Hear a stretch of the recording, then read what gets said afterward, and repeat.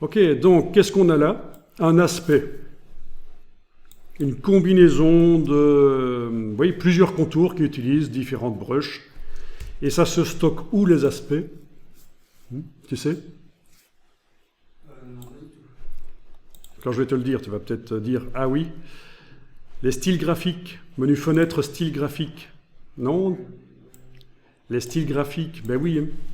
Si tu as suivi la formation Papercut, je pense qu'à un certain moment on stocke dans la palette des styles graphiques.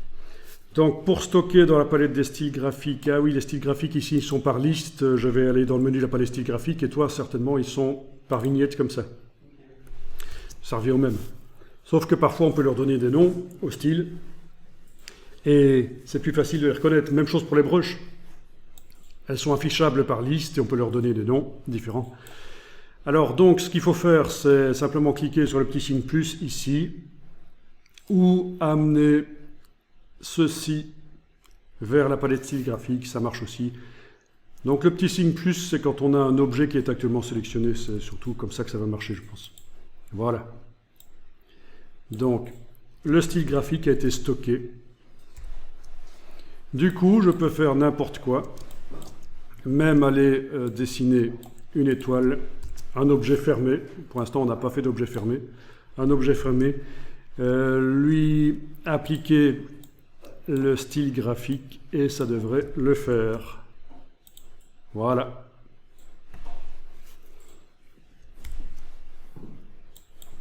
Bien. Amusant pour faire des logos en plus. Hein. Ça ressemble à un logo d'une banque. Bon, on voit pas que c'est une étoile et il suffit de modifier le fond. Le fond, ça peut être un fond avec une étoile. Voilà. On ne le voit toujours pas que c'est une étoile. Dans mon cas, en tout cas. Voilà. Donc, ce qu'il est possible de faire, c'est d'aller mettre le fond au-dessus. Voilà.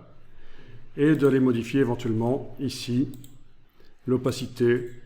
Voire même, oui, l'opacité, oui, déjà. Ou le mode de fusion. Produit, ça ne va pas être génial. Plutôt l'opacité dans ce cas-ci. Mais voilà. Pour l'exercice qu'on veut faire, il nous faut du noir et blanc et donc ceci ne nous aide pas. C'est juste un petit, une petite parenthèse que je faisais pour montrer qu'on peut le mettre sur n'importe quelle forme, y compris une étoile.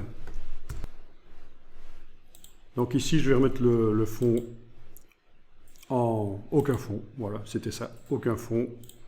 Il était placé en dessous, ça n'a pas d'importance, je replace en dessous s'il faut. Ah tiens, je viens de faire ça en n'ayant pas l'objet sélectionné, donc ça n'a servi à rien.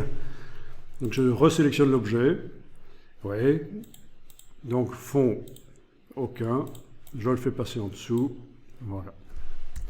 Oui, gros piège dans la palette aspect. Ouais.